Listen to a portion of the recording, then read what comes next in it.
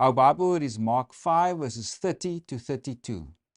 And Jesus, immediately knowing in himself that power had gone out of him, turned around in the crowd and said, "Who touched my clothes?"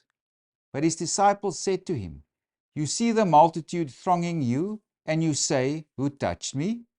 And he looked around to see her who had done this thing.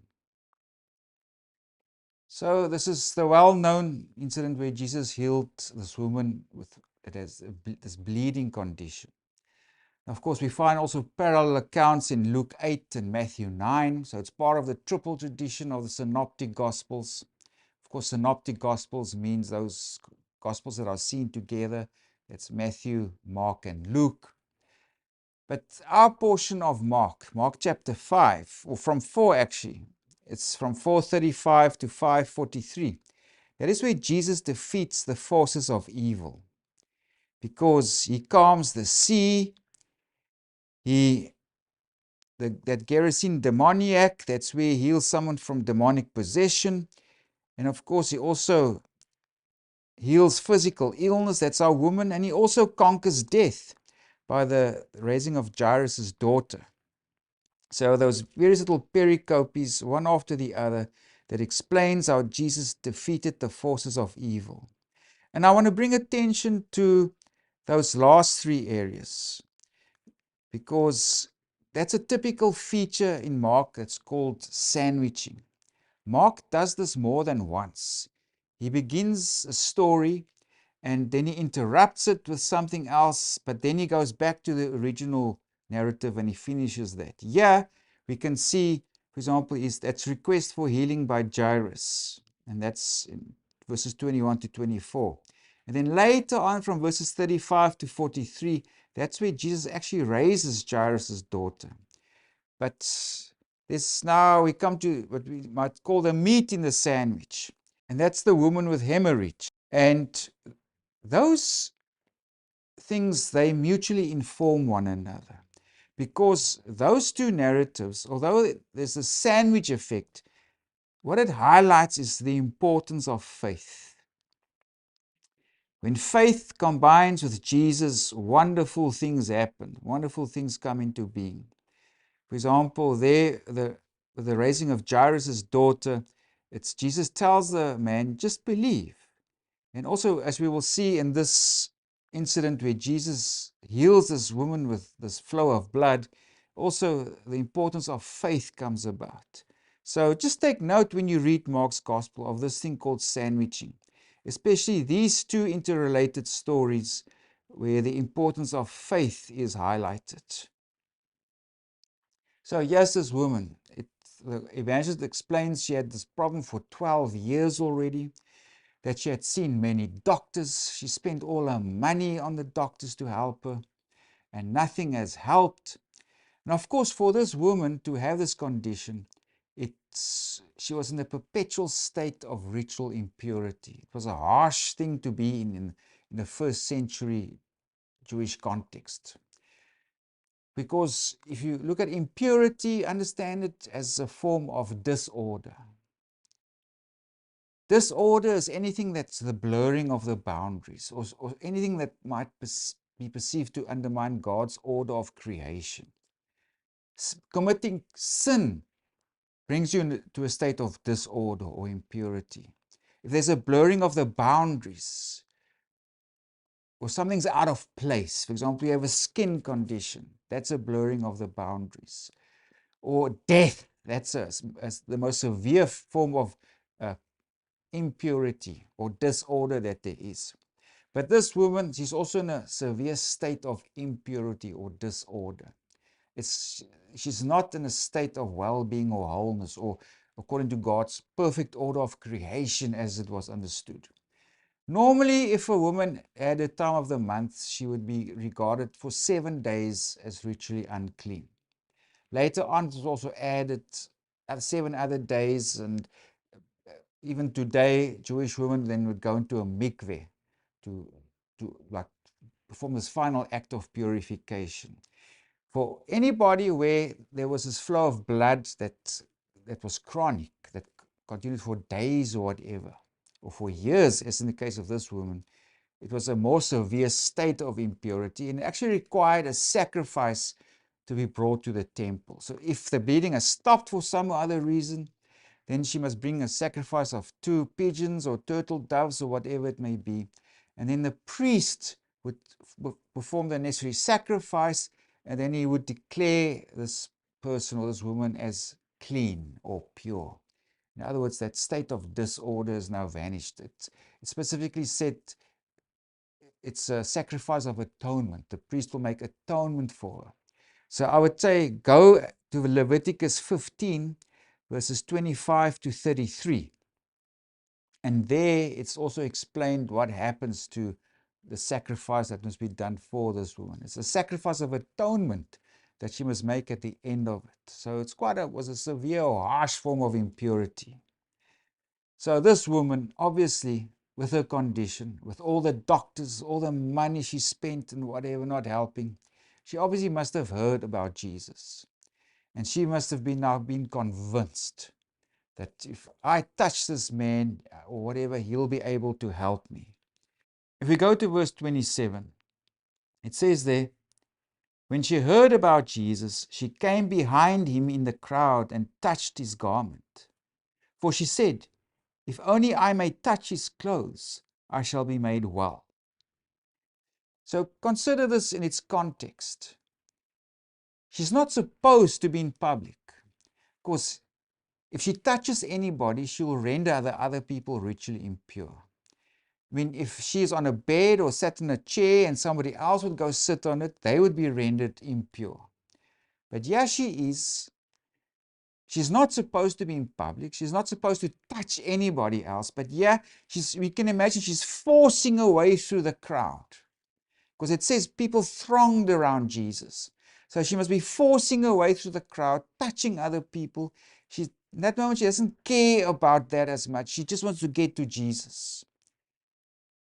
So what if I make other people impure? This man can heal me, and I'm going to go there and I'm going to touch his cloak or his clothes, and that will heal me. And that's what she does. The social taboo that surrounds this poor woman would have been isolated. Nobody can touch her or what she touched. She goes out in public, and she doesn't care about that. She says, I'm going to touch Jesus. That shows a faith, a conviction in Jesus also. So it says in verse 29, immediately the fountain of her blood was dried up, and she felt in her body that she was healed of the affliction. So she could felt it. Her body has been restored. And now we come to our Bible word. And Jesus, immediately knowing in himself that power had gone out of him, turned around in the crowd and said, who touched my clothes? But his disciples said to him, you see the multitude thronging you, and you say, who touched me? And he looked around to see her who had done this thing. So Jesus recognized when this woman touched him that power had gone out of him. Now, there's also an important thing here because many people thronged around Jesus. Many people touched Jesus. But this one woman who touched him, he said power had gone out of him. Just this one woman, not the many that came to him and thronged him around him and touched him. This one woman who touched him, Jesus then felt power had gone out of him. It shows you the faith of this woman, her conviction in coming to Jesus. It was different to the other people who came to Jesus. I mean, he is a famous guy, he's done healings, he's maybe a prophet, whatever, but this woman had faith in Jesus, the right sort of faith where special things happen. Of course, now Jesus turns around, he says, who touched me? And the disciples, of course, said, what do you mean? There's all these people around you. Everybody's touching you. But there was one woman who touched Jesus, and then he says, who touched me? So there's also a special lesson in terms of for us to learn in terms of the faith. Now the evangelist then explains is that with fear and trembling she came forward and she confessed the whole truth. What's the whole truth? It's a conviction that coming up to Jesus and just by touching his clothes, it's kind of like magic. There's also faith there that she would be healed. Then Jesus addresses her, daughter, your faith has made you well. Go in peace and be healed of your affliction. So Jesus, this power has gone out of him, and he's happy with that because God's power is active in him. And God's power worked through Jesus because of that woman's faith. According to this narrative, even without Jesus knowing who touched him. But God's power was active in him, and Jesus recognized and acknowledged, yes, this is what God has done here. I'm with it. I'm on board. I approve of this. This has come about by this woman's faith. So Jesus told her, daughter, your faith has made you well. So let's go back to that sandwich I mentioned earlier. It's that where Jairus requests Jesus for a healing, and it comes about later on when Jesus raises Jairus' daughter. But yeah, the meat in the sandwich is where Jesus heals this woman with hemorrhage. And those two stories combine to emphasize the importance of faith. And again, let's go back to verse 34. Daughter, your faith has made you well. So remember these two stories here in Mark. It emphasizes the importance of faith. Faith plus Jesus coming together works miracles. It's where God's power is revealed. And then Jesus also tells her, go in peace and be healed of your affliction. So Jesus confirms, go in peace. In other words, she can be restored back to the community. She's not this untouchable anymore that people must avoid and whatever she sits on. Now she's restored to the community. She can take on the role again as a woman, maybe as a mother, as a wife, whatever it may be, she was in the community. That's the peace that Jesus restored to her. But also, he says, be healed of your affliction. So Jesus affirms you have been healed. And yet Jesus also in a sense acts as a priest. It was only priests in the temple that could declare people that you are now pure. But Jesus says, yeah, be healed. So in Jesus, yeah, he takes over the role of the temple and the priests because he affirms this woman has been healed. She's now back in a state of purity. But more than that, she's now in this relationship with Jesus, the Son of God, who even brings a greater form of salvation than just healing. So we have here in Mark 4-5, this where Jesus defeats these forces of evil. He conquers the natural elements, the water, the sea. He conquers demons. He conquers physical illness. He conquers death. He conquers evil forces.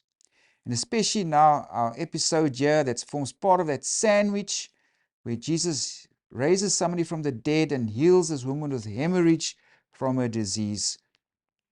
It also emphasizes the importance of faith. Also interesting, if you want, according to the church historian Eusebius, he wrote in the early 300s that at his time, probably around 325 AD, it's a story that this woman actually came from Caesarea Philippi, and even in his day at a house, there's this little monument, this little statue that was built, a bronze statue of Jesus reaching out his hands to this woman who was holding his hands up to him, asking for help. And it commemorates this woman who was healed by him, this woman with hemorrhage. And that even in that day, it was believed to have these magical healing properties that even pagans of the time went to get healed. So if you want to read more about that, it's in Eusebius Church History, chapter 17.18.1-4. So it's something very interesting to read. So yeah, we have a sandwich in Mark's Gospel where faith is emphasized, and especially this woman with hemorrhage, her remarkable bravery, her conviction. Even though she's taboo and shunned, she goes to Jesus. She forces her way through the crowd, so to speak. She doesn't care in terms of her state of ritual impurity because she wants to touch Jesus and be healed by him. And that's what she obtained.